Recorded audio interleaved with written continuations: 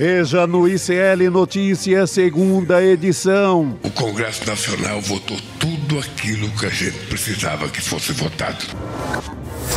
Fantoches de milionários. Centrão articula emendas para evitar taxação dos ricos no projeto que amplia a faixa de isenção do imposto de renda. A química rendeu. E eu acho que pintou uma química mesmo. Lula pode se encontrar com o presidente dos Estados Unidos durante evento na Malásia em outubro. A escalada radical de Trump. More difficult in many ways because they don't wear uniforms. At least when they're wearing a uniform, you can take them out. Presidente americano convoca generais de maneira inédita e cobra lealdade ideológica. We've begun construction on what we call the Golden Dome. O ICL Notícias, segunda edição, está no ar.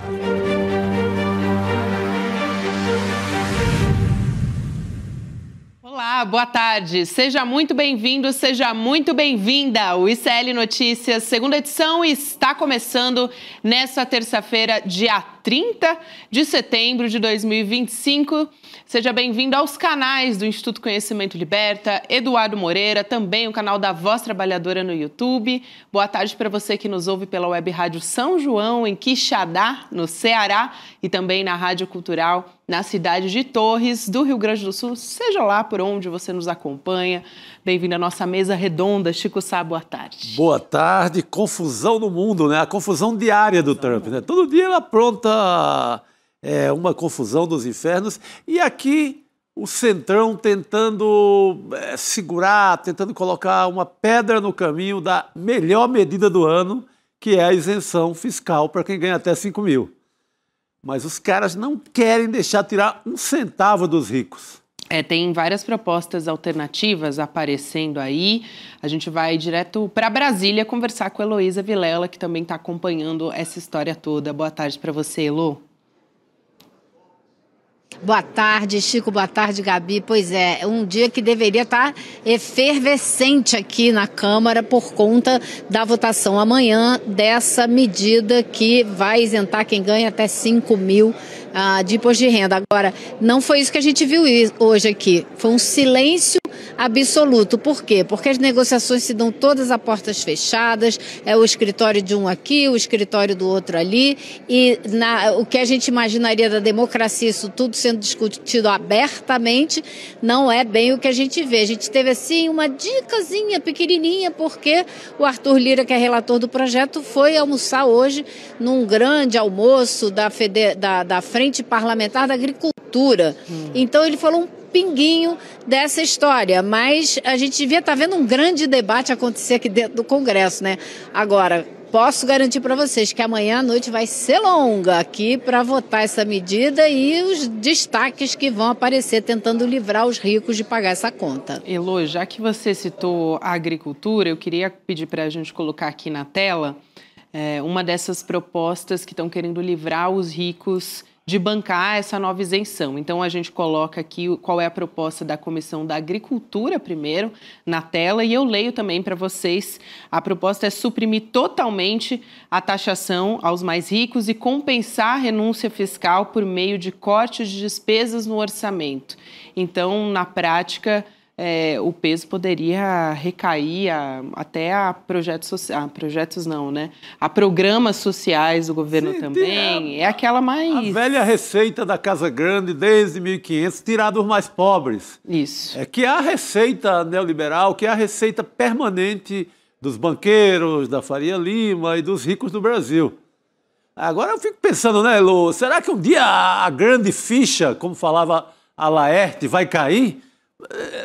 Pô, é que esses caras vão fazer isso assim, à luz do dia mais uma vez, e vai passar isso? Olha, Chico, hoje eu estava fazendo essa experiência, né, de ver se é possível argumentar com as pessoas que são de centro, centro-direita e que ainda têm alguma racionalidade.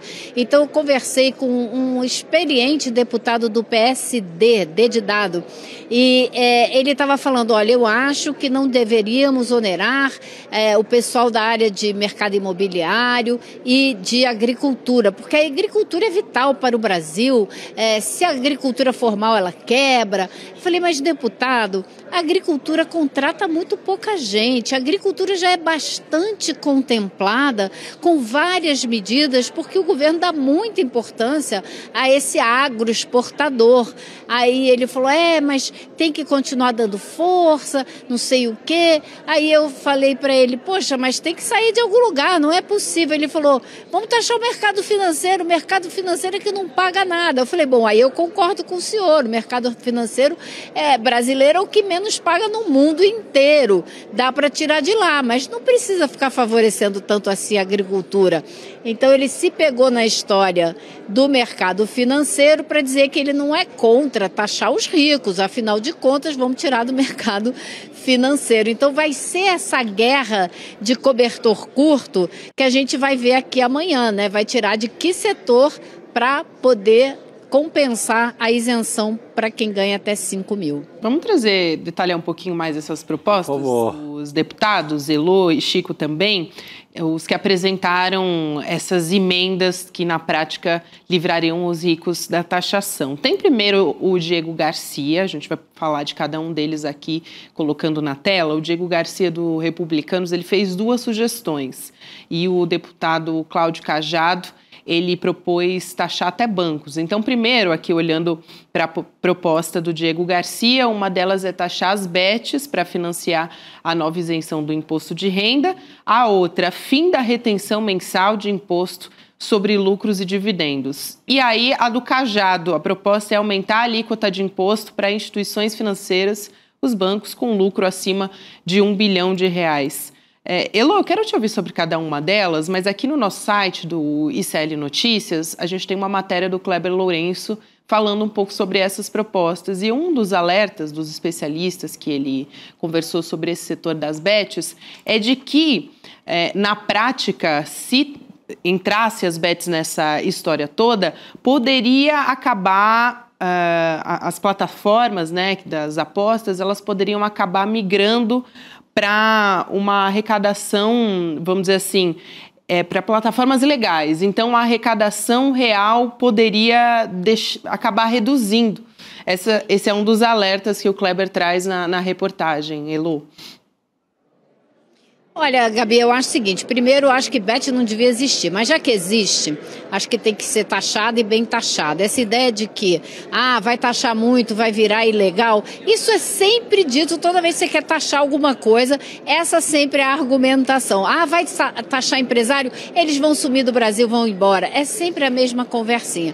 Então eu acho que não, tem que taxar e taxar bastante. Agora, o que mais me preocupa é essa segunda medida, essa segunda emenda que você falou, que diz que lucros e dividendos não devem reter o imposto mês a mês. O que eles querem? Pagar só no fim do ano, porque quando eles fazem isso, eles têm muito mais margem de manobra para sonegar. Se você tiver que prestar contas mês a mês, é muito mais difícil você fazer uma contabilidade financeira qualquer para fugir da fiscalização durante o ano, né? Se você tiver que todo mês prestar contas, a fiscalização é muito mais rotineira, mais intensa. E é isso que eles querem fazer, eles querem escapar da fiscalização. Então, acho que essa é muito perigosa e não deve ser permitida, ela tem que ser derrubada, porque é justamente esse setor que não paga, né, que paga muito caro no mundo inteiro, que no Brasil fica nadando de braçada, especulando com dinheiro e não quer pagar o imposto. Eu acho que dá para para tirar do banco, dá para tirar da Bet. A Bet paga 12%, estão tentando mudar para 18%. São as menores taxas do mundo. Qualquer lugar cobra para valer. França, Estados Unidos, todo mundo cobra para valer Bet. Então, se o jogador vai migrar para colar, se vai ter mais Bet legal, aí é outro problema. Aí discute isso depois. Mas cabe tirar de Bet, cabe tirar de banco, cabe tirar da Faria Lima, só não cabe tirar de pobre, que é a proposta da Comissão de Agricultura, que é a pior das propostas. Que é a pior, que é tirar da educação, tirar de saúde, como sempre faz a direita no Brasil. Isso não, mas de Bet, de banco, não tem pena nenhuma, tem que tirar 50%. Não é só 18% como querem mudar as bets. Porque isso só deixa famílias endividadas, assim, causa um mal social tremendo, dá um prejuízo gigante ao SUS, ao sistema de saúde. Então, tem que taxar mesmo esse povo para valer.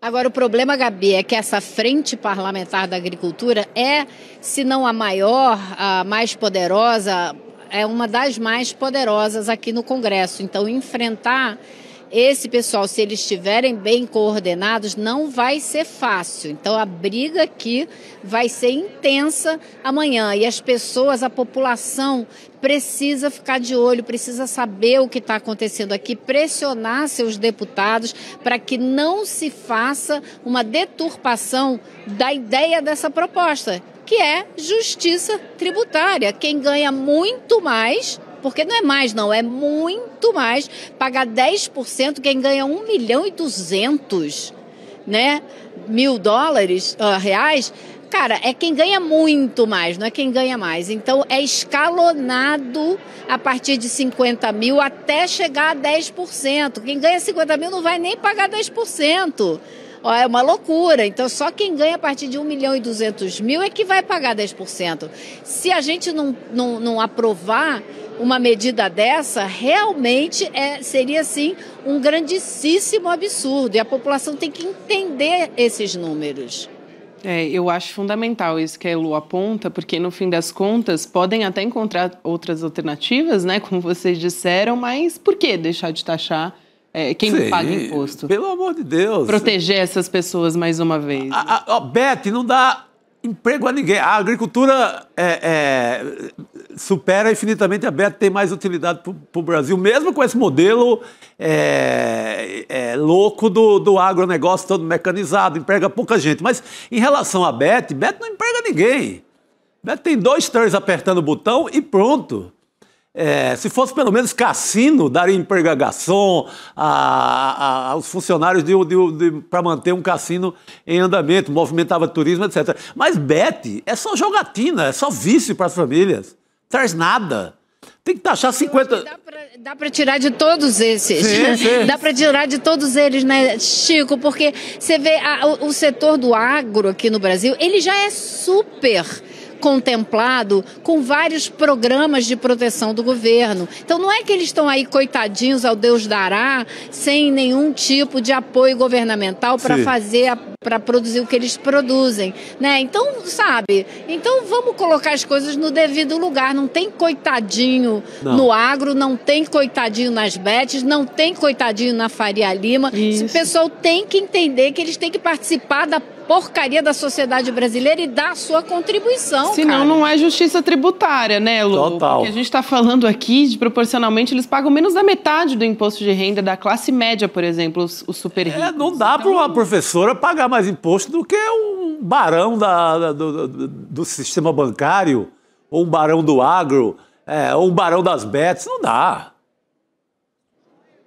E a gente não está nem fazendo justiça tributária. A gente está tentando, com esta medida, engatinhar na direção da justiça tributária.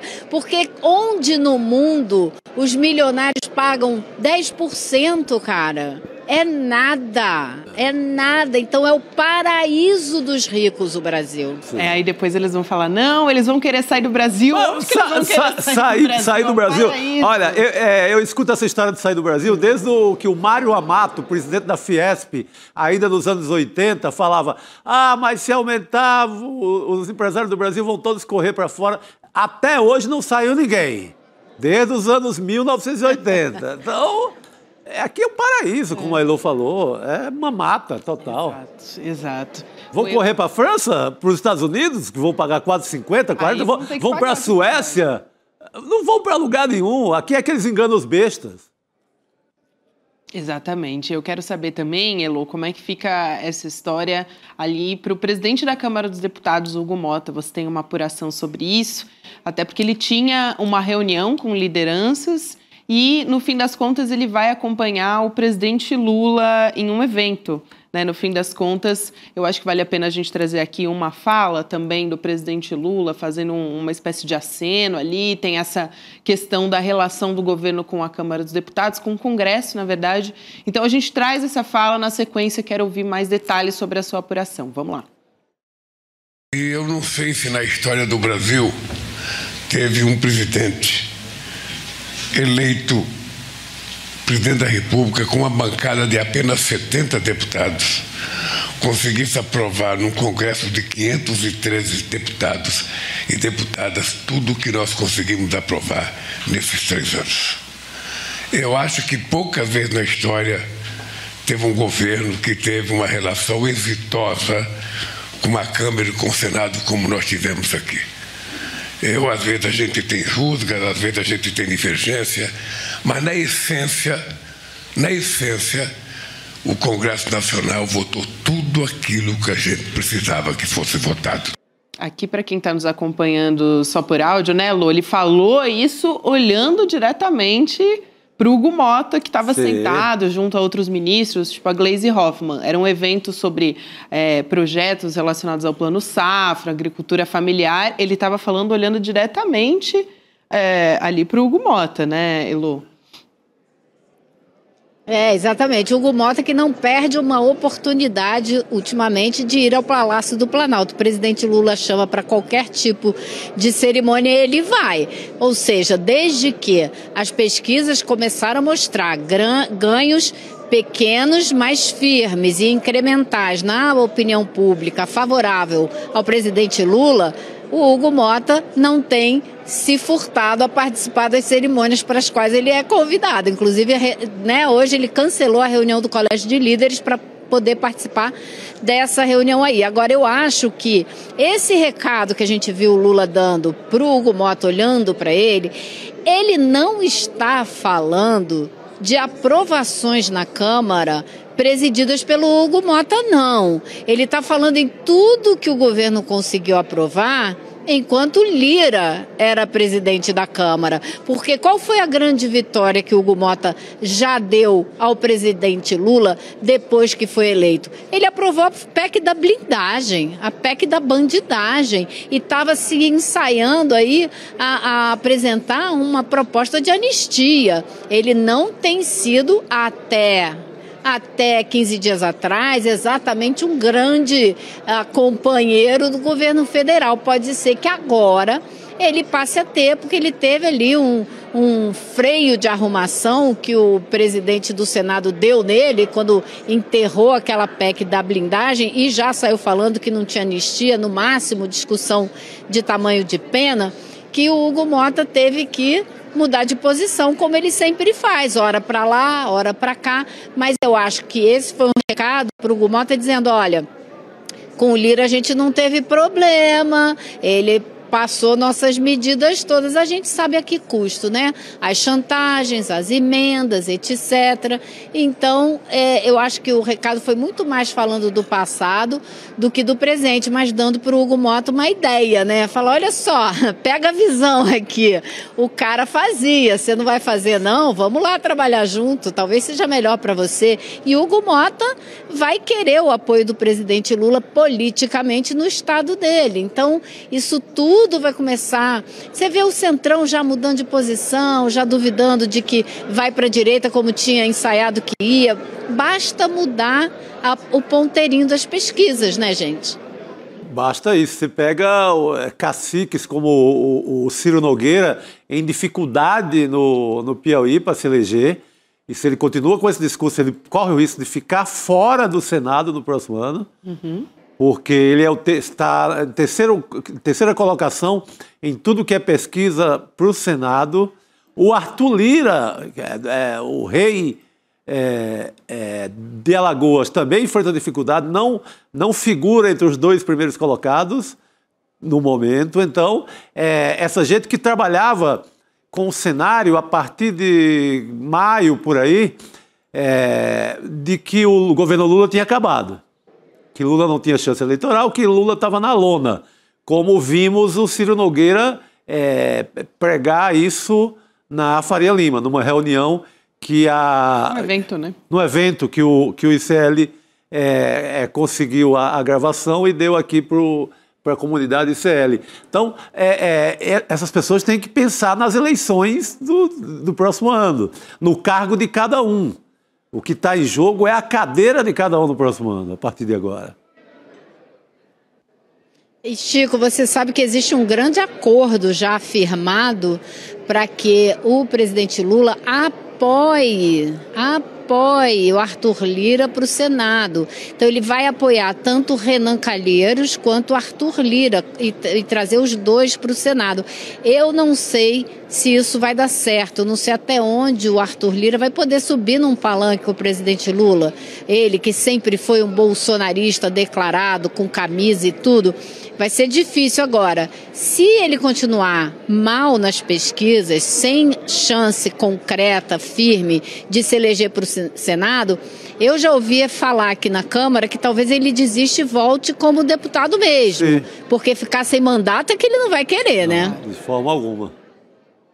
Não vai arriscar jamais. Com certeza, isso é muito importante. Eu queria propor aqui a gente trazer uma outra pauta, que é a questão da flexibilização da lei da ficha limpa, que o presidente Lula vetou parcialmente esse projeto. Os detalhes tem no nosso site também, clnoticias.com.br. E esse projeto ele foi aprovado, Elu, para diminuir o tempo de inelegibilidade dos políticos que foram condenados. Então, o presidente Lula ele vetou trechos dessa proposta, que está flexibilizando a lei. Eu queria entender um pouco em quais pontos ali que toca, né? Esses critérios por abuso de poder econômico ou político, em relação a processos também que já transitaram em julgado. Todos esses aspectos são importantes também para a gente entender como é que fica agora. A manobra, Gabi, é a seguinte, né? A manobra é você começar a contar o tempo que o cara não pode voltar à política do momento que o processo está rolando. Só que a ideia dessa lei, a concepção dessa lei foi: se você for condenado, você tem que ficar 2 mandatos, 2 ciclos políticos fora da política, 2 mandatos. E o que eles estão tentando fazer a todo custo é reduzir esse tempo, para que pessoas que foram condenadas como o Cunha, porque, claro, essa lei é da filha dele, né, autoria da filha dele, para que ele possa voltar nas próximas eleições, em vez de ficar 2 mandatos fora. É só por isso mais um casuísmo de uma Câmara dos Deputados cheia de gente que está com medo de ser condenada por crimes que cometeu com desvio de recursos, de emenda, etc. E voltar mais rápido, em vez de ficar 2 mandatos fora. Casuísmo atrás de casuísmo. Então, como a Elo reforçou aqui, esse projeto de lei ele foi apresentado pela filha do Eduardo Cunha, a Dani Cunha, deputada federal, que a gente sabe muito bem, enquanto o pai não pode se candidatar, esteve ali no Congresso muito bem articulada, aconselhada pelo pai dela. O Cunha nunca saiu do Congresso. Ele está sempre lá nos corredores, ele apita, ele orienta o mandato da filha e assim vai. Mas está querendo voltar ele mesmo. Está fora desde 2016, está inelegível desde 2016. E até é um projeto, claro, a gente está falando aqui diretamente do Eduardo Cunha, até porque a articulação do projeto foi da filha dele, foi aprovação a toque de caixa, mas também beneficiaria outros políticos. A gente está falando agora, por exemplo, da condenação do próprio Jair Bolsonaro. Tudo isso é um somatório que também a gente precisa ficar muito de olho, né? Quem mais beneficiaria esse projeto? O Eduardo Bolsonaro, que é mais jovem, tem mais tempo de vida pela frente, né? Porque o próprio Bolsonaro, gente, assim, né? O tempo de cadeia e tudo isso já era. Ele já não tem condição, nem menor chance de voltar à vida política. Mas o Eduardo, se for condenado e passar o tempo, ele tem, porque ele é jovem, né? Teria que ser uma manobra muito mais ampla para beneficiar o Jair Bolsonaro, né, Lu? Que nem essa anistia ampla e restrita que eles estão querendo aprovar e que a gente sabe que... Vai lá, já quero apuração. Continuo querendo, né, Gabi? Porque não, hoje eu conversei aqui com o Sóstenes Cavalcante rapidinho, ele não quis contar nada, porém ele esteve reunido hoje junto com o Valdemar da Costa Neto, que é o presidente do PL, o Sóstenes é o líder aqui na Câmara, e ele se reuniu na sede do PL com o Paulinho da Força, o relator dessa proposta que é de mudar a dosimetria, mudar o tempo, a pena de cada um dos crimes, para reduzir os crimes, o tempo de cadeia de todo mundo, inclusive do Bolsonaro. E foi engraçado porque na semana passada ele fez essa reunião aqui com o pessoal do PT, né, com a bancada do PT, e saiu de lá sem nenhum voto. Hoje aconteceu a mesma coisa com o PL. Ele chegou lá, o pessoal do PL disse, a gente só quer se for uma anistia ampla para incluir todo mundo, inclusive o Bolsonaro, claro, senão a gente não está interessado. E ele, não, é dosimetria, então tá bom, acabou a reunião, eles desceram em 15 minutos. Então, não tem conversa. Eu acho que essa proposta subiu no telhado. Acho que dançou, viu? Que era uma proposta indecente, né? Que começa com um trio para lá de suspeito, com o próprio Paulinho da Força, o Temer e o Aécio Neves. Pelo amor de Deus, né? Só assombração. Só assombração, não dá, né, Chico? Não. Só fantasma, socorro, né? Pelo amor de Deus. Vamos falar. Elô, aproveita a sua presença aqui para também trazer... Como tem muita coisa acontecendo lá em Brasília, tem notícia que às vezes acaba até passando batido, né? Mas tem a CPMI do INSS que continua e a gente teve até gente presa em flagrante, que foi o presidente da Conafer, o Carlos Roberto Ferreira Lopes. Pois é, e ele estava prestando depoimento, cerca de 9 horas até de depoimento, isso é importante. Ele pagou fiança, foi solto, mas a gente tem as imagens aqui, a gente vai colocar. O presidente da comissão, o senador Carlos Viana, ele disse que o Lopes mentiu ao colegiado, ocultando informações e tentando também convencer os parlamentares de que as operações da Conafer estavam todas dentro da legalidade, que eram regulares. E o crime apontado pelo Carlos Viana, né, por Carlos Viana, o senador, foi de falsidade ideológica. Então a gente tem o trecho do momento dessa prisão. Vamos assistir. Em nome dos aposentados, das viúvas, dos órfãos brasileiros, decreto a prisão em flagrante do depoente pelo crime de falso testemunho. Determino à Polícia Legislativa que proceda imediatamente à condução do preso, com todas as garantias constitucionais, comunicando-se à autoridade judicial competente. E afirmo diante do Brasil: o senhor está preso em nome dos aposentados, das viúvas e dos órfãos do nosso Brasil. Quem rouba aposentado, rouba do nosso país, dos brasileiros. E aqui quem mente paga o preço. Peço à Polícia Legislativa que cumpra a determinação. Aí, Elô. Cena pra internet, né, Gabi? Cena pra campanha, cena pra internet. Cena pra campanha. Aliás, em porque, CPMI não gente, falta. isso é uma palhaçada, na verdade.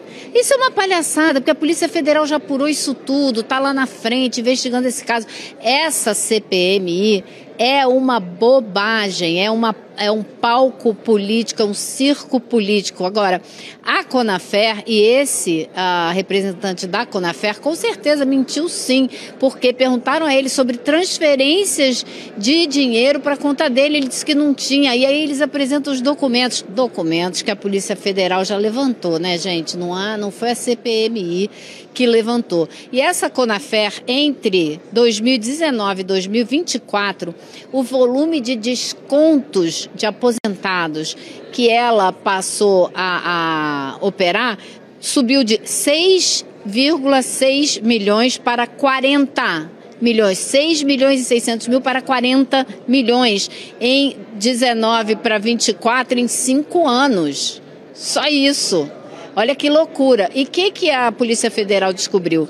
Que em muitos casos eles falsificaram certidão de nascimento, carteira de identidade, falsificaram, criaram pessoas fictícias que não existiam para dar os descontos para essas pessoas, entendeu? Criaram clientes, criaram participantes da Conafer que nunca existiram para poder pegar os descontos do INSS. Então, assim, agora isso tudo a Polícia Federal já levantou.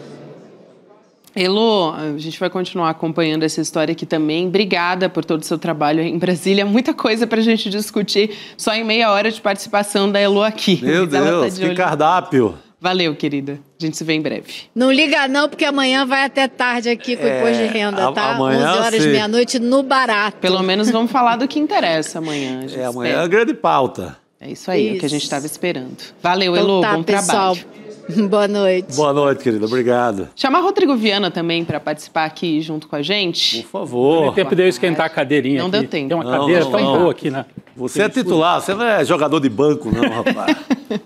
Aqueles 2 segundinhos entre a Elô sair da nossa tela e o Rodrigo Viana entrar aqui para conversar com a gente. E, Rodrigo, amanhã é o grande dia, então a gente vai acompanhar como é que fica essa história da isenção para quem ganha até R$5.000 por mês, para qual é o andar de cima que vai pagar, né? E a gente espera que isso avance para a gente realmente dar um micropasso em relação à justiça tributária.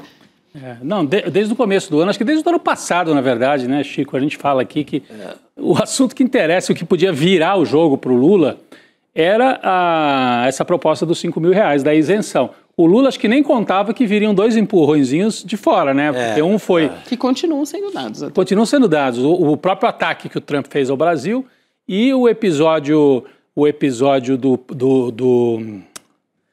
que o Congresso tentou impor uma derrota violenta ao governo e acabou se dando mal, né? Então, isso tudo empurrou o Lula. Mas o que pode empurrar mesmo lá na ponta do eleitorado é esse projeto de amanhã, né? Então, é central para o governo. Aliás, você chegou em boa hora aqui, Rodrigo, porque a gente vai falar de um novo original do ICL, documentário nosso aqui, que é o Vai para a Argentina, Carajo. A gente tem o trailer separado aqui, mas basicamente o Eduardo Moreira fez as malas de novo. Teve o primeiro dessa... Vamos dizer que é uma série, não vou dizer que é uma série, porque senão já estou dando spoiler de que talvez tenha continuidade. Mas ele fez as malas para Cuba, agora para a Argentina, até porque tem muita gente falando por aí que o Javier Milei, o presidente da Argentina, está promovendo um milagre econômico. Então, vamos desconstruir essa história. Vamos falar do trailer primeiro, aliás, passar o trailer aqui para quem nos acompanha. Na sequência, a gente volta a conversar. Vamos lá. O presidente Javier Milei adotou uma série de medidas econômicas que repercutiram positivamente no consumo. Milei's big cuts work. Things are going pretty great for him.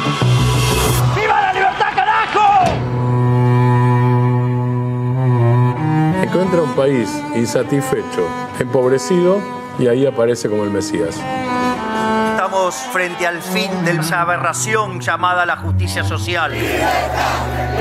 Es un proyecto político de reconfigurar la sociedad.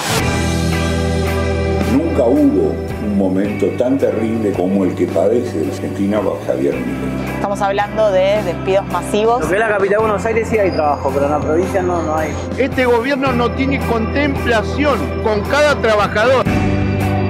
Los medios internacionales dicen que Milei está recuperando la economía en la Argentina. Está recuperando la economía para cierto sector que no es el nuestro. Hay mucha más gente viviendo en la calle. El pueblo va a defender al pueblo. ¿Cómo hacemos para oponerse a esta tragedia del gobierno de Javier Milei? ¡Milei, basura, por la dictadura! ¡Soy verdugo de los jubilados! Hay que seguir apostando a la calle y a la desobediencia civil.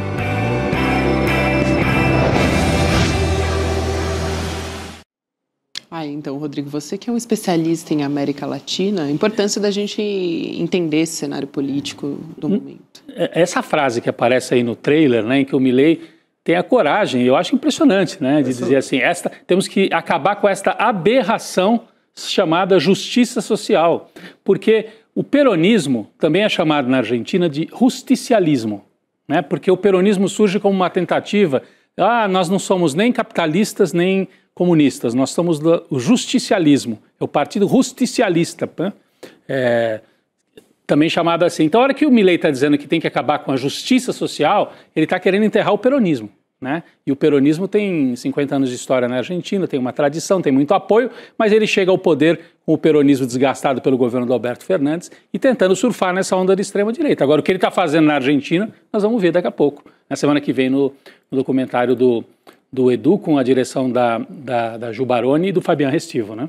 Isso, a direção é deles, vai ser no dia 9 de outubro, reforçando aqui, 8 horas da noite, isso é uma quinta-feira, estreia que é internacional e gratuita, dá para ir lá em sln2.com.br, deixar o e-mail, e aí você recebe o alerta também e todas as novidades, né, até o dia 9 de outubro, a respeito da nossa estreia. Vai lá e você garante seu ingresso gratuito e online junto com a gente. Mas tem tudo a ver com o Brasil, né, porque tudo o Tarcísio mesmo... Nesse período em que ele estava botando as manguinhas de fora, agora está se encolhendo um pouco, disse que o Milei era o grande exemplo para ele do que fazer. Falou que era um modelo. Era um modelo para ele. Era um modelo. E a imprensa do Brasil tornou o governo Milei um fetiche assim, do grande exemplo de enxugar máquina, demissão de funcionários, virou o grande triunfo aqui na mídia brasileira. Sim, por isso que é importante desmontar isso. Chega na hora certa esse doc. Isso aí. Aliás, esse mês tem encontro do Trump também com o Javier Milei, pra gente ficar de olho nisso em breve. Acho que já porque o Milei tá na mão dele.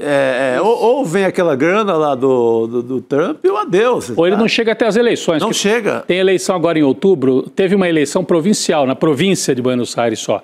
Agora vai ter eleição legislativa no país inteiro. Dependendo do resultado, o Milei pode ficar ainda com mais dificuldade no Congresso, onde ele já é minoritário, né? Então ele está com a popularidade embaixo. Ainda não está uma tragédia de popularidade, mas está por volta de 40%, 60% contra 40% a favor. Mas só que a Argentina é muito mobilizada nas ruas, é muito polarizada nas ruas, né? E a gente vê toda quarta-feira tem manifestação lá na Praça de Maio. Algumas com mais gente, robustas, né? Exatamente. Mais gente. A gente vai acompanhar, continuar acompanhando essa história também e deixa aí o seu e-mail para acompanhar a nossa estreia junto com a gente dia 9 de outubro. Vamos continuar falando de assunto internacional aqui, mas voltando os olhares de novo para os Estados Unidos. Hoje foi um dia bélico, para dizer o mínimo, lá nos Estados Unidos, porque o presidente Donald Trump e o secretário de guerra, o Pete Hegseth, eles convocaram centenas de oficiais generais das Forças Armadas para apresentar um plano de enquadramento à ideologia do Donald Trump, do presidente. Ou seja, quem não concorda com ele, com o Trump, tá fora. Esse é o recado, assim, traduzindo numa frase. E nesse discurso, o Trump disse que tem inimigos internos dentro dos Estados Unidos e que é difícil neutralizar esses inimigos porque não usam uniformes. Vamos entender esse trecho, o que disse o Donald Trump. Vamos lá. We're under invasion from within. No different than a foreign enemy, but more difficult in many ways because they don't wear uniforms. At least when they're wearing a uniform, you can take them out. These people don't have uniforms. But we are under invasion from within. We're stopping it very quickly. Vamos chamar o Jamil Chad para falar com a gente sobre esse assunto, também outros desdobramentos ali do governo Donald Trump. Jamil, boa tarde para você. Boa tarde. Boa tarde, bom estar aqui com vocês todos. E esse recado muito, muito perigoso de uma instrumentalização política do exército americano. Agora, não em terras estrangeiras, mas no próprio território americano. Isso é absolutamente de dar arrepios, esse discurso de hoje, o próprio Hegseth, a própria transformação da Secretaria do Departamento de Defesa em Departamento de Guerra. Guerra contra quem exatamente? E aí a gente vai descobrindo que a guerra não é apenas fora, é uma guerra interna contra esses inimigos. E a gente sabe que a extrema-direita adora, Rodrigo, criar os inimigos internos até para justificar, e ainda, obviamente, tem toda a questão da imigração apresentada como a ameaça, como a invasão. É um momento muito, muito dramático, e para completar só, Gabi, perdão por essa introdução, há um elemento fundamental que a gente precisa lembrar, que em 2021, na invasão do Capitólio, faltou um elemento ali, para aquilo ali funcionar, para aquilo ali ir adiante, justamente as Forças Armadas. As Forças Armadas que viraram para Donald Trump e disseram: não contem conosco, nós não fazemos parte, basicamente, dessa tentativa de golpe ou de derrubada ou de questionamento do sistema político americano. O que nós estamos vendo a partir de agora nos Estados Unidos, na verdade, já desde o início desse segundo mandato de Donald Trump, é uma tentativa deliberada de politizar as Forças Armadas, politizando não apenas nos seus, eu diria, objetivos, escolher os imigrantes, etc., mas também submetê-las a uma ideologia. E isso é extremamente perigoso. Nós já estamos vendo tropas em várias cidades americanas, sob a justificativa falsa, vamos deixar aqui muito claro, a justificativa falsa de combater o crime organizado nessas cidades, algumas cidades que sequer contam com índices elevados de criminalidade, e agora esse discurso, tanto do Hegseth como do Donald Trump, sinalizando que o governo americano quer os generais submetidos a uma ideologia. Isso lembra muito o discurso das ditaduras latino-americanas, né? Muito. Do inimigo interno, aqui, Argentina, Brasil, Chile, Uruguai, adotavam justamente esse discurso. Você usava as Forças Armadas, que teoricamente são para evitar a invasão do país, para reprimir o inimigo que estava aqui dentro, né? Até nesse caso é neutralizar, né, Rodrigo? O que é neutralizar, nas palavras do Donald Trump? Mas é justamente isso. Você cria o inimigo interno e passa a usar as Forças Armadas para dentro. É um processo autofágico, é um processo de destruição social. Por isso que já tem gente se referindo ao Trump e ao governo dele, não como um governo, mas como um regime novo nos Estados Unidos, né? Ele vai impondo uma lógica nova que não respeita isso que o Jamil falou. Ele tentou, né, puxar os militares para aquele momento ali do Capitólio, e os militares falaram: não é a tradição, não embarcaram. O que ele quer agora é enquadrar para numa próxima eles estarem juntos. Isso que é perigosíssimo. Está colado, não. E o ataque é qualquer grupo. Segundo ele, o discurso dele é muito na linha, os inimigos de fora a gente sabe porque tem um uniforme diferente e a gente sabe onde atacar. O interno é mais difícil porque está em trajes civis, ou seja, qualquer grupo agora é alvo preferencial, né? Se falar espanhol, tiver a pele um pouco mais escura. Meu Deus a Deus. Português também, mas mais o espanhol ali, né? Outro dia eu vi uma cena impressionante, o ICE, né, andando pela rua e tem um rapaz entregando comida de bicicleta. O cara dá um drible ali de bicicleta. Aí os soldados estão ali para fazer uma outra coisa e escutam o cara que entregar a comida falando, acho que com sotaque, né? E aí saem correndo atrás dele, ele dá um perdido nos... Mas é isso, é um vale-tudo, virou um vale-tudo absurdo. É isso. Agora, eu não estou mais nos Estados Unidos, mas eu já adianto aqui. Se isso acontecer, os distribuidores de comida de iFoods e etc., essas empresas quebram. Eu não vi em um ano nos Estados Unidos nenhum americano entregando absolutamente nada. Nada. Então, eu fico imaginando, esse serviço deixará de existir nos Estados Unidos. Ou então terá vamos dizer assim, outra característica. Só para completar na questão do Exército, tem um outro elemento que a gente precisa colocar vamos dizer assim, dentro desse processo. O que fez Donald Trump logo que assumiu o governo? Ele criou uma espécie de comitê de personalidades do setor militar, né? Claro, todos eles aliados ao trumpismo, e esse comitê seria o responsável por avaliar o comportamento de generais. Olha só, Rodrigo. Ou seja, será que aquele general é realmente leal ao governo? Será que não tem algum tipo de desvio daquela pessoa ou daquele grupo, justamente para enquadrar, essa foi a palavra que vocês usaram, enquadrar aqueles que talvez não estejam dentro do movimento MAGA. Quando a Kamala Harris perde a eleição, ela faz um discurso e ela faz um alerta. A lealdade dos americanos não pode ser ao presidente. Essa lealdade precisa ser à Constituição americana.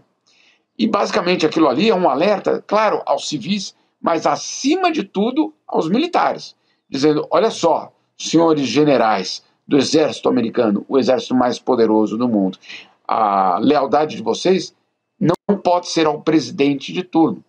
A lealdade de vocês precisa ser à Constituição americana. Esse é um grande momento de desafio de tudo isso. Isso, e também acho que muita gente com a expectativa aqui da análise do Jamil sobre essa proposta do Donald Trump e do Benjamin Netanyahu também para Gaza. Aliás, hoje, antes da gente começar detalhando a história, né, Jamil, uma publicação muito popular na imprensa foi o Donald Trump dizendo que se ele não ganhar o Nobel da Paz, vai ser um insulto para os Estados Unidos. Vocês viram isso? Meu Deus do céu. Teve essa também, logo depois de apresentar essa proposta. Mas ontem essa proposta foi apresentada, foi uma coletiva de imprensa, os dois falaram.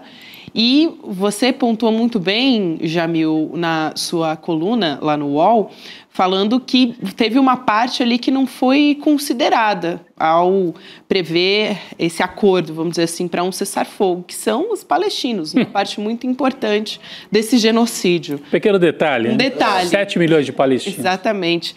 Então, essa proposta aqui, só para dar um resumo, mas o Jamil vai poder falar muito melhor do que eu, dessa proposta do governo dos Estados Unidos, prevendo um acordo internacional e temporário, que eles estão chamando de Conselho de Paz. E depois dessa pacificação, teoricamente, aí o controle de Gaza seria cedido para a autoridade palestina, que, aliás, também falou na sexta-feira na Assembleia da ONU, remotamente, porque ele não tem visto, né, o presidente da autoridade palestina para falar na Assembleia. E o Tony Blair, britânico, vai estar também, né, ele seria o líder dessa cúpula. Eu queria que você detalhasse um pouco, até porque você, Jamil, também fala sobre isso, né, que os britânicos lá atrás abriram espaço para a criação de um Estado judaico há mais de 100 anos. Então, isso é história também, e as autoridades palestinas não foram consultadas à época. Não foram consultadas há 108 anos e, mais uma vez, agora não são consultadas.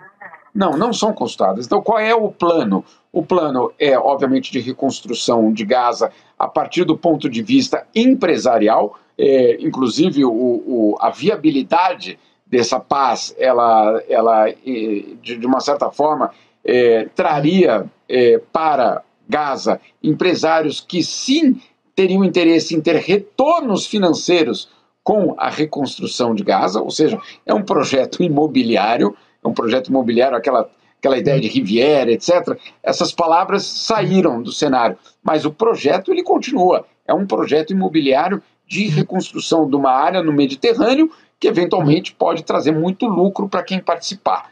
Ponto número 1. Ponto número 2, como você falou, Gabi, ela não envolve, no primeiro momento, os palestinos. O do Hamas, certamente não. Mas nós não estamos falando do Hamas, nós estamos falando da autoridade palestina, do presidente da autoridade palestina, Mahmoud Abbas, e nenhum outro palestino faria parte dessa transição.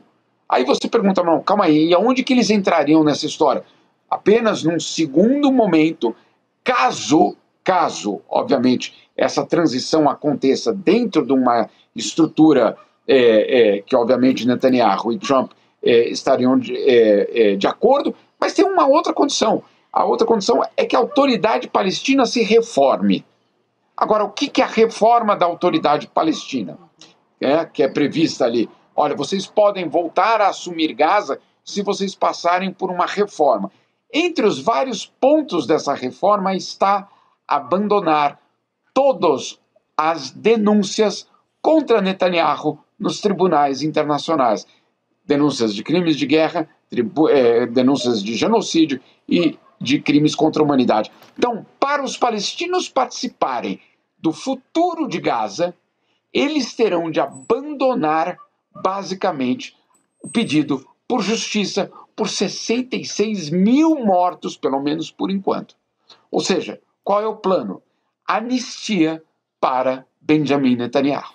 Os palestinos só terão controle sobre Gaza, eventualmente no futuro, se Netanyahu for perdoado, se houver anistia geral, absolutamente geral, não só para Netanyahu, mas obviamente para o seu ministro da Defesa, etc., sobre todos os crimes cometidos em Gaza. Olha, eu não sei como descrever isso,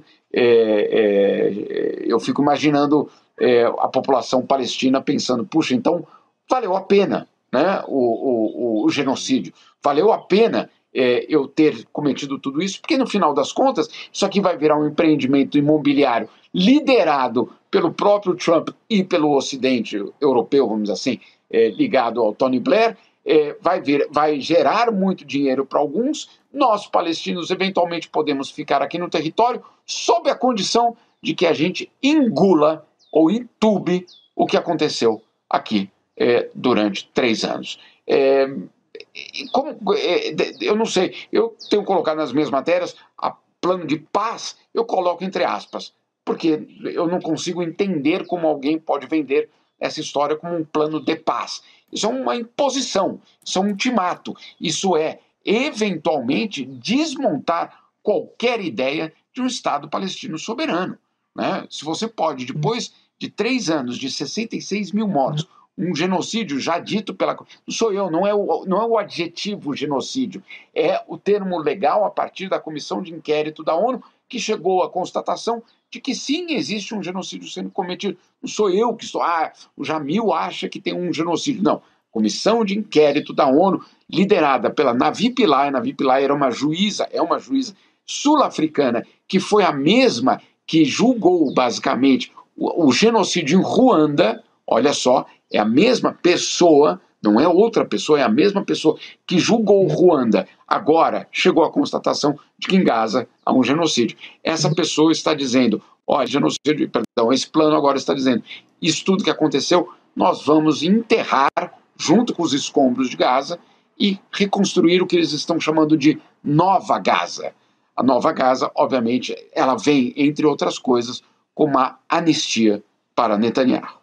Nova Gaza, e se o Hamas disser não, ou a própria autoridade palestina, aí ficam com ônus. Disseram não, é aceitar ou aceitar. Aí se disser não, destruição total. É destruição total, porque agora tem um argumento. A gente apresentou um plano, vocês não aceitaram? Vamos partir para a eliminação completa. Então, com a condição do desarmamento, várias condições impostas ali ao Hamas. Né? Isso, então assim, é um momento, mais um momento dramático na história dos palestinos, né? É uma situação realmente... Nova Gaza, que história é essa de Nova Gaza, gente? Isso aí parece nome de padaria, enfim, entendeu? É Gaza, assim, você não... E batizaram de fora para dentro, é um projeto colonialista, totalmente colonial, né, de imposição. O Tony Blair no comando, assim, o imperador, né? O imperador Tony Blair. O Império Britânico lá, olhando, fiscalizando.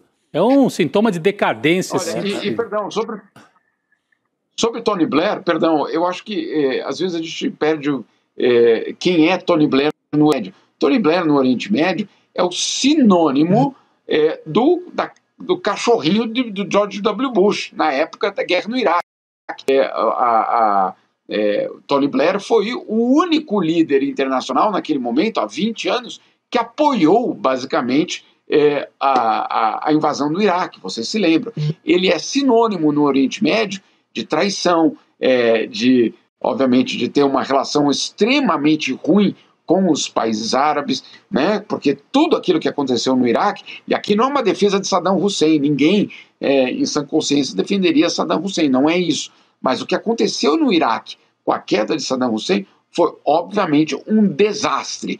Foram e são basicamente 20 anos de instabilidade, um caos no Oriente Médio gerado justamente por aquela decisão de George W. Bush apoiada por Tony Blair. Esse é a pessoa que agora vai reconstruir Gaza. Chega a ser uma piada, né, de mau gosto. Como Tony Blair, nessa posição, é desconhecer, ou pelo menos conhecendo, ir lá e fazer uma provocação aos árabes, né, basicamente dizendo, olha, depois do Iraque, depois de Afeganistão, nós vamos pegar aquela mesma pessoa que já é acusada, inclusive no Reino Unido, de ser basicamente um lacaio, basicamente, dos americanos, agora também para administrar Gaza. E é muito curioso, eu não sei se vocês tiveram oportunidade de ler o projeto, ele descreve como seria esse comitê, esse conselho de administração de Gaza, Donald Trump e Tony Blair, e aí depois ali, empresários. Nós não estamos falando de políticos, de autoridades palestinas históricas, de gente que lutou pela causa palestina, ou de ex-líderes árabes que talvez tenham algum tipo de papel simbólico. Não, são empresários. São empresários, alguns milionários, alguns bilionários, alguns da região, verdade, mas isso não quer dizer que eles, obviamente, têm qualquer tipo de legitimidade popular. O que eles têm é um interesse econômico em reconstruir uma área no Mediterrâneo. Nós não estamos falando aqui de um local qualquer, é uma área à beira-mar. Então, é algo extremamente sério que está acontecendo, é uma encruzilhada na vida dos palestinos, e como vocês colocaram, agora, se disserem não, ou o Hamas, ou o Mahmoud Abbas e a autoridade palestina, obviamente, vamos assim, as justificativas estarão dadas. Não é por acaso que a semana passada, naquela reunião da ONU, nem israelenses, nem os americanos apareceram para defender a ideia de um Estado soberano palestino. Será por quê? Porque, obviamente, esse plano não prevê, pelo menos nesse primeiro momento, em primeiro momento a gente está falando de 10, 20 anos, né, gente? Nesse primeiro momento, nenhum tipo de autonomia para os palestinos. Muita gente, inclusive, já alerta que, se isso for adiante, é o fim da causa palestina, pelo menos como a gente conhece. É o fim da ideia do território palestino, que inclua Cisjordânia e Gaza. E aí eu fico imaginando, além de Gaza ser agora um território administrado por uma comissão internacional, você tem, obviamente, a Cisjordânia entrando numa situação extremamente complicada. É um momento de encruzilhada para a história palestina. Isso. Aliás, a Cisjordânia não foi nem citada nessa proposta do Donald Trump e do Benjamin Netanyahu. Jamil, eu também, aproveitando aqui para falar contigo sobre esse encontro do Donald Trump com o presidente Lula, que deve realmente acontecer, e o Jamil pode falar aqui sobre as expectativas em torno disso. Uma das hipóteses que está aparecendo aqui na imprensa, a gente tem essa expectativa para acontecer no final de outubro e também na Malásia, porque os dois, tanto o Trump quanto o Lula, eles vão participar de um evento da Associação de Nações do Sudeste Asiático. Então, esse encontro poderia acontecer na Malásia. E a diplomacia brasileira, ainda que ela acredite que a cidade de Kuala Lumpur é considerado um território neutro para essas duas lideranças se encontrarem, a ideia é que os líderes se falem por telefone antes. Então, parece que o termômetro ali do Itamaraty também vai estar em alerta nesse momento, nesse encontro, primeiro por telefone, depois, eventualmente, em Kuala Lumpur. Na Malásia, né, Chico? É uma tentativa da diplomacia brasileira de evitar a cilada da Casa Branca, né? Eu já vi hoje, curiosamente, a CNN Brasil saiu com uma apuração que eu não vi em nenhum outro lugar, dizendo que o Lula teria sinalizado para a Casa Branca que prefere ir aos Estados Unidos e prefere ir a Washington. Eu não vi isso em lugar nenhum. Mas ele tinha dito e brincado ali com a Janja, lembra? A Janja vai comigo, né? A Janja vai comigo. Tinha citado ali, assim, dando a entender que seria nos Estados Unidos. Mas me parece que a preferência da diplomacia do Itamaraty é fazer fora, né? Fazer num terreno neutro. É pena, me parece que o Jamil Chad teve um problema de comunicação, né? Isso, porque senão a internet dele desconectou. Porque senão a gente poderia ouvir o Jamil também sobre isso, mas enfim, fica para uma próxima participação do Jamil aqui, essa avaliação. De qualquer maneira, isso ainda está sendo costurado nos bastidores, não vai ser algo para agora. E também o Luiz Costa Pinto, daqui a pouquinho, chega aqui, jornalista, para conversar com a gente também sobre Podemos trazer esse tema. Assunto. Exatamente. Boa. Então a gente aqui... também tem uma outra notícia, ainda falando do Donald Trump, né? Sobre o tarifaço imposto pelo Trump. Tem uma nova fase, toda hora tem uma novidade. Hoje tem uma assinatura do Donald Trump sobre uma nova ordem executiva dele para elevar o preço sobre madeira e móveis também. Então, produtos como madeira bruta e serrada vão ter um adicional de 10%, e armários de cozinha, gabinete de banheiro e móveis estofados vão receber 25%, à medida que afeta diversos países, inclusive a gente, aqui no Brasil também. Então, mais uma fase do tarifaço do Donald Trump que nos afeta. E ironicamente pega um setor muito bolsonarista, que esse setor ligado à madeira, no sul, tipo, né? De construção, Santa Catarina principalmente. Santa Catarina e Rio Grande do Sul. Assim, é radicalmente bolsonarista. Tomara que tenha mudado, né? Uhum. Depois desses acontecimentos todos. E é um setor que gera emprego, né? Porque ainda usa bastante mão de obra na produção. É um setor que gera emprego. tomara que tenha entendido que não é legal, que não é bom para o país ter lá um embaixador lutando contra o país, como o Eduardo Bolsonaro tem feito até agora. Pois é, e a gente espera que com consequências em breve, em torno disso. Agora, chamando aqui para depois do N2, você continuar com a gente, para o Precisamos Conversar, que começa às 7 horas da noite.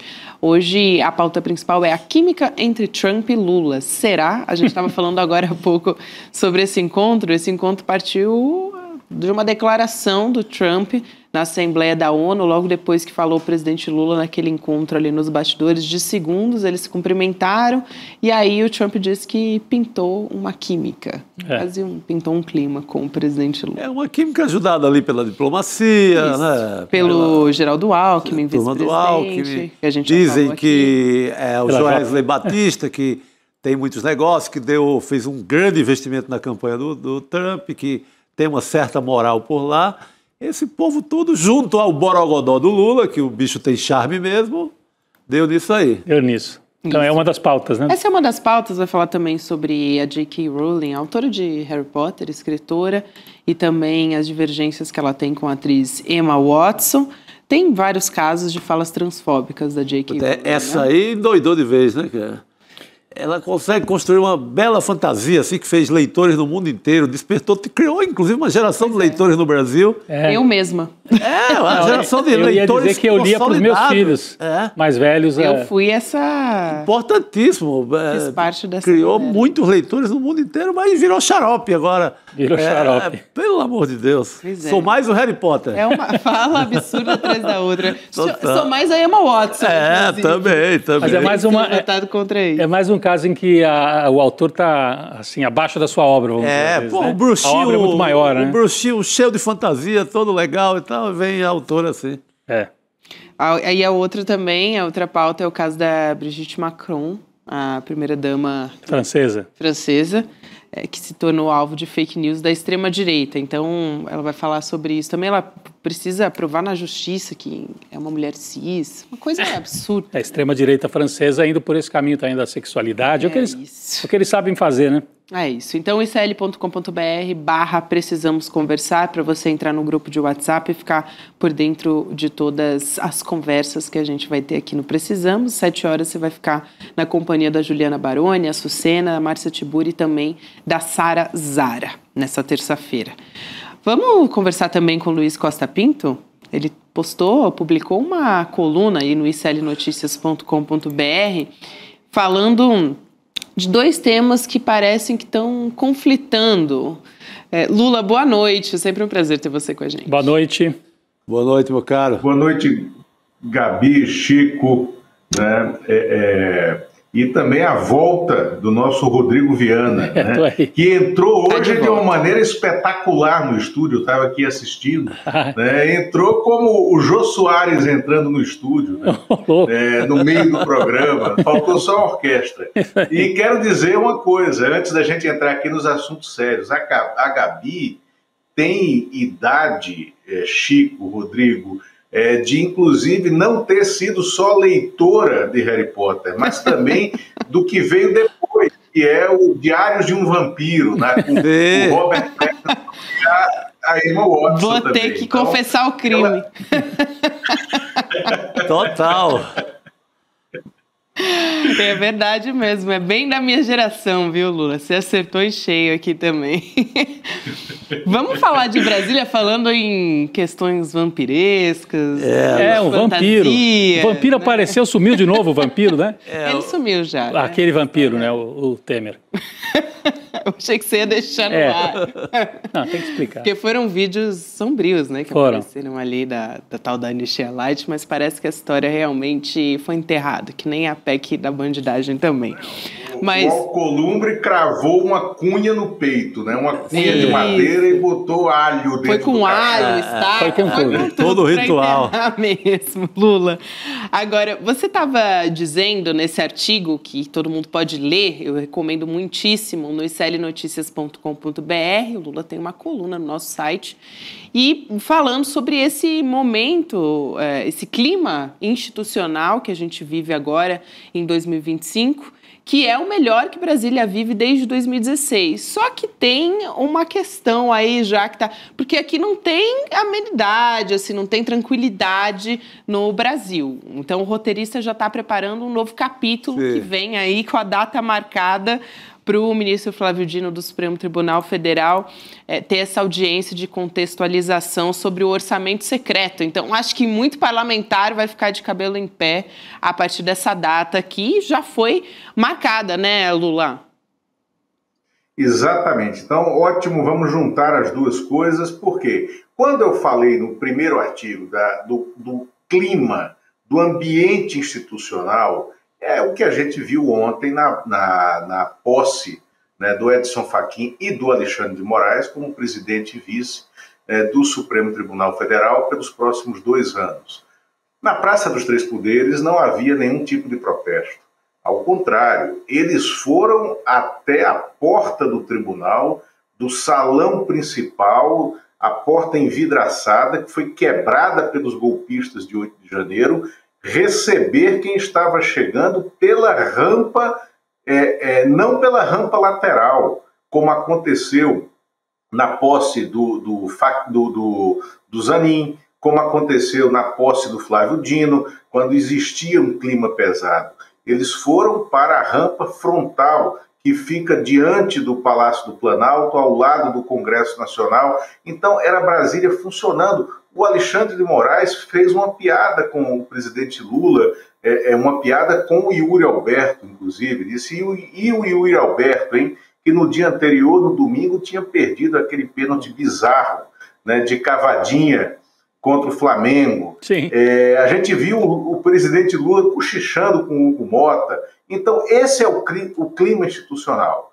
E o Flávio Dino está fazendo as instituições funcionarem. Ele marcou uma sessão importantíssima, que chama uma audiência de acompanhamento da ação direta de preceito, de se fere ou não preceitos fundamentais, né, uma DPF pedida, aberta pelo PSOL, né, e essa ação, essa audiência terá como convocados para o debate, além do PSOL, que é o proponente, né, o Senado Federal, a Câmara dos Deputados e a Procuradoria-Geral da República e a Advocacia-Geral da União.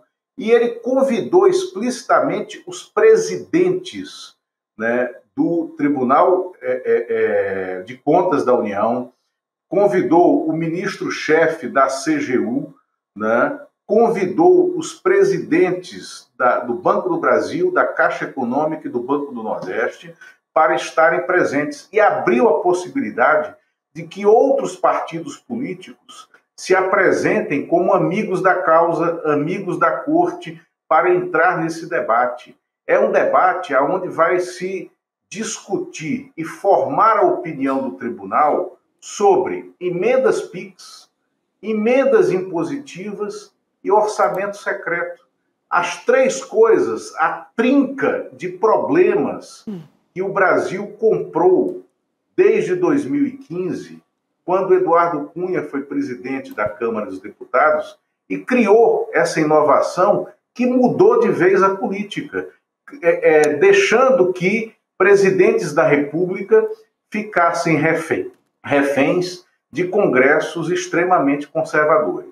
Ô Lula, me parece interessante essa leitura que você faz, me parece não, com certeza é interessante. Quer dizer, o Supremo, depois de certa maneira, limpar o terreno em relação ao bolsonarismo, que é quer dizer, você tem dois polos ali de instabilidade no Brasil. O bolsonarismo golpista, esse condenado através do Jair Bolsonaro, dos generais e tal. Agora tem que limpar o terreno do outro foco de instabilidade, que é o orçamento secreto, que é uma deturpação do funcionamento do legislativo, que vem, como você já citou aí, de Eduardo Cunha, Arthur Lira, e desagou no mais fraco dos três, que é o Hugo Mota. Então, talvez seja o melhor momento para enfrentar o orçamento secreto, porque ele está na mão, está sob comando, supostamente, de um líder fraco. O Hugo Mota não tem se mostrado um líder habilidoso, muito diferente do Arthur Lira. Uma coisa era bater de frente com o orçamento secreto, tendo o Arthur Lira do outro lado.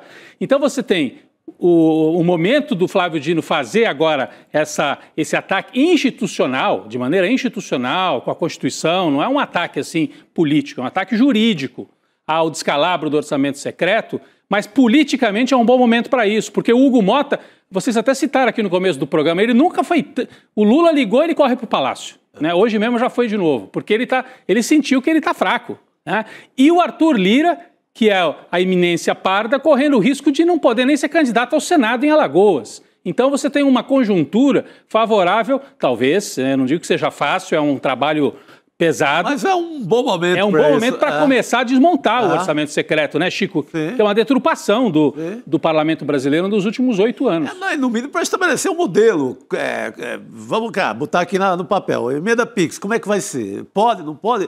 Vai criar-se um modelo definitivo. O Dino propõe isso. Exato. Resolve essa parada. E aí não é uma coisa monocrática dele, né? Ouvindo especialistas, ouvindo... Ele está chamando os bancos, né, que pagam lá no final da ponta, que mexe com esses orçamentos. Então, mecanismos de transparência, né? A gente viu, por exemplo, em Santa Catarina, Rodrigo, Chico e Lula também, que está nos acompanhando, emendas PIX, assim, milhões. Você vê tem 3 cidades ali, é um triângulo de cidades que juntas somam pouco menos de 50 mil habitantes. Então, assim, são cidades muito pequenas que receberam emendas PIX de 11 milhões de reais. Essas nem entraram naquele pedido de suspensão do Flávio Dino, né? Foram outras cidades, mas ele certamente está observando isso também, e é nesse sentido. A suspensão que ele já pediu daqueles 700 milhões, né, Lula, são justamente casos em que há suspeita de corrupção, enfim. Tudo isso está sendo muito bem observado. Esse pedido de investigação por parte do Flávio Dino é fundamental. Fundamental. Não, e parece um tema assim, o nosso público pode ouvir, mas parece um tema assim, distante das pessoas. Não é, porque decidir quem é que vai comandar o orçamento é o coração. Aliás, 2 pontos são o coração, né, de qualquer disputa desse tipo. Quem vai pagar o imposto, quem vai pagar a conta, e amanhã nós vamos ver a votação lá. E o outro é quem é que distribui o dinheiro do orçamento. Vai ser feito de maneira pulverizada e sem controle, ou centralizada com racionalidade, como deve ser, pelo poder executivo. Então é isso, como é que funciona a democracia no país. O país teve uma democracia deturpada nos últimos anos e nós estamos, tomara, voltando aos eixos. Acho que é esse ponto que o Lula chama a atenção para a gente, né? Lula. É exatamente isso, e o momento de fazer é exatamente esse, em razão desse clima. Essas reportagens de Santa Catarina, que a Gabi se referiu, foram feitas pela correspondente do ICL lá, a colunista Amanda Miranda, que é jornalista e trabalha conosco lá em Santa Catarina, e levantou esses 3 casos que são exemplares de emenda PIX. Por quê? A emenda PIX é irrastreável. É um recurso que o deputado, mesmo de oposição, como aconteceu aqui, ele manda de maneira impositiva para o caixa direto dos municípios, né? E não há previsão de rastreabilidade pelo TCU ou pela CGU do que é feito com essa verba. E essa emenda PIX, ao final desse julgamento que está sendo conduzido pelo ministro Flávio Dino, ela vai cair, porque ela é uma deturpação dos princípios republicanos. E é isso, como o Chico falou, orçamento é o fundamento do funcionamento da República. E quem executa orçamento é o governo central, é o governo federal. Cabe ao Congresso fazer a lei orçamentária e fiscalizar, né, a dotação orçamentária. Mas quem dá o rumo do país pelo orçamento é o governo federal. Perfeito. Lula, aqui também a gente falava mais cedo sobre o presidente Lula ter vetado trechos do projeto que estava flexibilizando a lei da ficha limpa. A gente quer muito te ouvir sobre isso, até porque você falava ali do Eduardo Cunha, agora há pouco, né, sobre a inovação do Eduardo Cunha. Tem uma inovação que não é bem do Eduardo Cunha, mas é da filha dele, a Dani Cunha, que a gente sabe quem é que está articulando, no fim das contas, por isso, né? Exatamente, essa mudança na lei foi escrita pelo Eduardo Cunha. E o Eduardo Cunha, você falou aí que o Hugo Mota é muito pior que o Arthur Lira é muito ruim, mas o Eduardo Cunha era muito pior. Né? E um foi invenção do outro, né? Eles foram criaturas que foram se puxando. Aquelas bonequinhas russas, bonequinha russa. Exatamente, as matrioscas, né? É exatamente isso. E foi concepção do Eduardo Cunha. E acabou de sair uma percepção do relator, né, dessa mudança da lei da ficha limpa do Senado, depois de conversar com Davi Alcolumbre, que almoçou hoje com o presidente Lula e com Hugo Mota, é que o veto não cairá, que não há clima no Congresso para derrubar o veto em relação a isso. Ou seja, acabou, não vai ter mudança na lei da ficha limpa.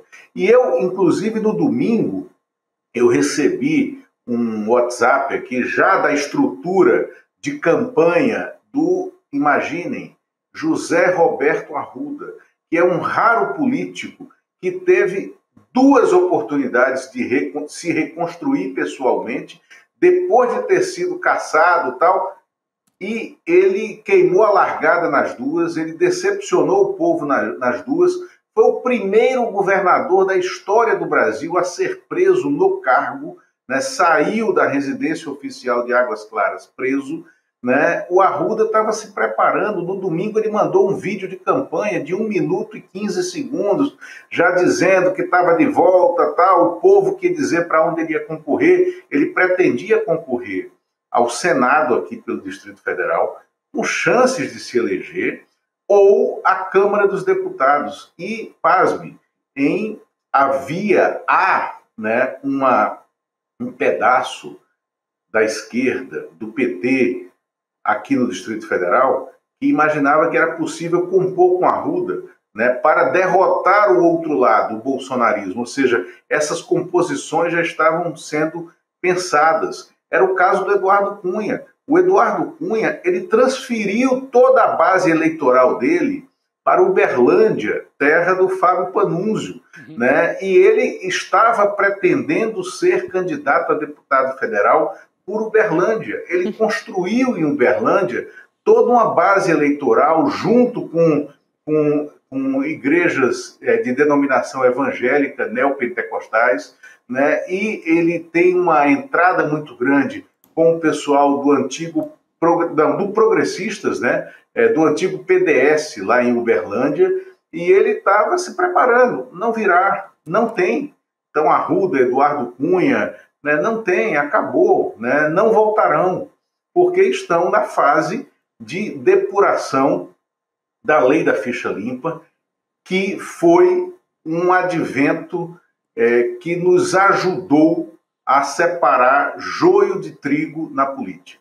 É isso. Muito bom. É importante. Agora, você vê como eles estavam indo na espreita, né? Essa operação toda de retomada do poder pelo Centrão, e eles quebraram a cara, né? Eles estavam no meio da operação, quando derrubaram o IOF ali, eles estavam num ataque total para fazer um retorno triunfal, com um monte de malvadezas. Estavam preparando campanha já, né? Tinha peças, assim, ainda... aquelas primeiras peças, mas já estavam se reapresentando ao Distrito Público. E aí foram abatidos em pleno voo. Bom, vamos ver se isso continua. O Ciro Nogueira, quem me parece o mais desesperado a essa altura é o Ciro Nogueira, porque estava vislumbrando a chance de ser o grande operador nacional do Tarcísio, né? E ser o vice, talvez, do Tarcísio. A gente já comentou aqui, no Piauí ele não se elege talvez nem para o Senado. Então, é mais um que está com a eleição perigando. Arthur Lira perigando para o Senado em Alagoas, está em 3º ou 4º lugar nas pesquisas. Ciro Nogueira em terceiro ou quarto nas pesquisas no Piauí, o Eduardo Cunha tentando tirar da cartola uma candidatura em Uberlândia, porque no Rio de Janeiro não vai. Então, é uma turma que estava se preparando aí e a virada do clima político no país colocou essa turma toda de escanteio. O Ciro Nogueira, a situação é pior porque ele também não é gostado por segmentos do bolsonarismo, dos filhos. Então basta ali um WhatsApp, uma corrente feroz ali, faltando 2 dias para a eleição. Nem para deputado ele ganha. Porque ele vai ficar no meio do caminho ali, não está com o Lula e o bolsonarismo não vai o abrigar como em temporadas passadas. Então ele corre um risco realmente de não se eleger. Não, ele corre o risco, ele contava com a eleição para vice do Tarcísio, por isso que ele era um articulador feroz, né, disso. O Flávio Bolsonaro deu um freio de arrumação nisso, dizendo que se o Tarcísio for candidato, o vice será alguém indicado pela família ou alguém do clã Bolsonaro, deixando uma porta aberta para Michele Bolsonaro. Eu não acredito em candidatura do Tarcísio e, de fato, o Ciro Nogueira está num mato sem cachorro, sem voto, né, nesse caso. E o Arthur Lira, vocês estão observando quem é que tirou o Arthur Lira dessa eleição que parecia tranquila, ou ganha, como eles costumam dizer para o Senado. É o relator dessa CPI do INSS, o Alberto Gaspar, que foi cria política do Arthur Lira em Alagoas. O Alberto Gaspar era procurador-geral de justiça do governo do Renan Filho. E trabalhava com o Renan Filho, tá ligado? De repente ele girou a chave e virou um bolsonarista empedernido a convite do Arthur Lira, traiu os calheiros, passou para o lado do Arthur Lira e agora ele disse, não, a vez é minha. Ele é âncora de um programa de TV em Alagoas que cobre a própria CPI da qual ele é relator. É um absurdo completo, mas isso está realmente tirando o Arthur Lira desse rumo. E está restando para ele, para ter uma coisa que a Gabi chamou a atenção aqui, para ele ter mandato, para ele ter imunidade, porque ele precisará. O Arthur Lira pode virar ministro do Tribunal de Contas da União. Por quê? Até fevereiro sairá o ministro Haroldo Cedrais. Essa vaga é uma vaga da Câmara e está reservada por um acordo interno que eu não sei se será mantido para o PT, para o deputado Odair Cunha.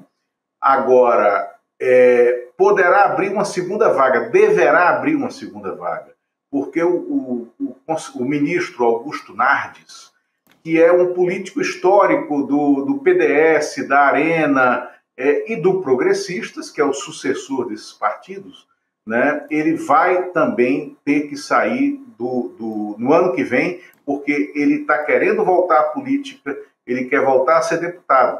E aí o Arthur Lira pode se lançar nesta vaga do Augusto Nardes. Ganha um cargo vitalício, com imunidade, né, em Brasília. Que absurdo. Não tiremos do horizonte essa possibilidade. Que loucura. Essa apuração do Lula é fundamental, porque a gente estava de olho na vaga do ministro Haroldo Cedrais. E agora o Lula também fala da possibilidade ainda de uma segunda, né? Quer dizer, se tiver reservada para o Odair Cunha, ainda tem a possibilidade do Eduardo Cunha. Ainda tem... O Eduardo Cunha não, perdão. O Arthur Lira. O Arthur Lira. A gente estava falando do Eduardo Cunha. E essa vaga do Augusto Nardes é tida como uma vaga cativa do pessoal do Progressistas, porque o Augusto Nardes ficou no lugar do Adilson Mota, que era dessa mesma linhagem partidária, que tinha ficado no lugar de um outro ex-parlamentar que tinha sido da mesma linhagem. Então é meio que uma vaga da casa do partido. Perfeito. Eu queria ainda, sei que a gente está chegando aqui ao final, Lula, mas eu queria pedir muito rapidamente para a gente falar sobre o encontro do Trump com o presidente Lula. Já tem até uma possibilidade de data para acontecer. Agora há pouco a gente conversava também com o Jamil Chad, a gente teve uma questão com a internet. Pode acontecer esse encontro na Malásia, que seria ali um território neutro, mas antes com uma conversa por telefone. Como é que vai ser isso? Eu acho que vale a pena. A gente prometeu aqui para a nossa audiência também que falaria sobre isso, então vamos reservar um minutinho para isso. Olha, Gabi, eu acho que eles vão se falar por telefone antes, né? Provavelmente em videoconferência até segunda ou terça-feira, e acertar de fato o encontro em Kuala Lumpur, né? Aonde não será esse encontro? Na Casa Branca, o Lula não irá, né? A entourage, né, diplomática do presidente brasileiro não deixará ele cair nessa cilada. O Trump não vem para cá, inclusive ontem eu dei gargalhadas lendo um texto dizendo que o Eduardo Bolsonaro, o Flávio Bolsonaro e o Valdemar da Costa Neto estavam organizando uma visita do Trump ao Bolsonaro, lá no Quintas da Alvorada, onde ele está em prisão domiciliar, né? É inacreditável, né? Então, o Trump não virá ao Brasil, o Lula não irá à Casa Branca, e a possibilidade de fazer um encontro em Mar-a-Lago, lá a propriedade do Trump, na Flórida, onde ele joga golfe, eu também acho que não combina com o tipo de posicionamento que o presidente Lula tem nesses encontros. Então, é quase certo que seja na Malásia e é quase certo que haverá essa conversa telefônica até o início da semana que vem para preparar. Agora, o Lula não está querendo misturar os assuntos domésticos brasileiros com essa pauta de devastação, com essa pauta inacreditável, bélica, americana, como aqui o Jamil Chad trouxe, né, e vocês comentaram em cima, do que está sendo feito e proposto em Gaza. Aquilo ali há camadas e camadas de crimes de guerra. Verdade. Perfeito. É isso, eu acho que valeu a pena, né? Valeu. A gente falar aqui sobre essa expectativa, Lula, e também em breve a gente vai ter novidades, a gente vai voltar a se falar. Até semana que vem, meu querido. Muito obrigada. Bom sempre estar na sua companhia. Até semana que vem, obrigado a vocês, estou sempre às ordens. Boa noite, meu cara, até mais. Bom que o Lula ele tem sempre os bastidores ali. Não, essa do Arthur Lira no Tribunal de Contas, para mim foi novidade. Importantíssima. Importante. Mas que situação, né? O cara era todo poderoso agora há pouco, né? O poder é maluco, né? É maluco, cai rápido, né? O jogo virou rápido. Sai de cena, mesmo ele mandando muito no Hugo Malta, mas sai de cena ao que acontece em pouquíssimo tempo. É isso. O que eu tinha lido a respeito dessa história do TCU é que tinha sido uma moeda de troca da PEC da bandidagem ali, também nessas negociações todas. Mas essa é uma etapa nova que o Lula trouxe aqui pra gente, falando de ainda uma segunda vaga que pode abrir, que o Arthur Lira pode sim, o Odair Cunha votou junto, que ele foi um dos petistas que votou na PEC da bandidagem, com a promessa de depois ser indicado para o tribunal. Mas aqui tem a vaga do ministro Haroldo Cedré. Isso. E aí tem uma segunda vaga. Exato. O Lula traz com a possibilidade também. Vamos pro Precisamos Conversar? Bora. A partir de agora? Tá na hora. A química de Trump e Lula, elas vão falar disso. Vamos começar por aí, né? Vamos descobrir se tem química ou se não tem química. É isso. A Juliana Baroni, a Sucena Márcia Tiburi e a Sara Zara contam pra gente a partir de agora. Rodrigo Viana, Chico Sá, todos que nos acompanham nessa noite de terça-feira. Muito boa noite. Amanhã a gente tá de volta. Até amanhã. Se eu fosse brasileiro e tivesse mais de 60 anos, eu ficaria muito preocupado com o que está acontecendo na Argentina. Porque Javier Milei tem sido usado como exemplo por várias pessoas que querem se candidatar à presidência da República no Brasil. E o que ele está fazendo na Argentina com os aposentados, talvez seja a maior maldade já feita com os aposentados em qualquer lugar do planeta. Esse é um dos assuntos que a gente comenta no nosso novo documentário Vai pra Argentina, Carajo, que a gente vai exibir aqui no ICL gratuitamente no dia 9 de outubro, uma quinta-feira, às 8 horas da noite. Se você tem o interesse de entender o que está acontecendo lá, não perca esse documentário. E no dia 9 a gente se encontra. Você sabia que todos os nossos programas estão no Spotify? A notícia não pode parar e agora você pode acompanhar todos os nossos programas onde e quando quiser. Siga nossos canais no Spotify e tenha acesso ao Chico Pinheiro Entrevista, Desperta ICL, Rolê e muito mais. ICL no Spotify. Informação que te acompanha.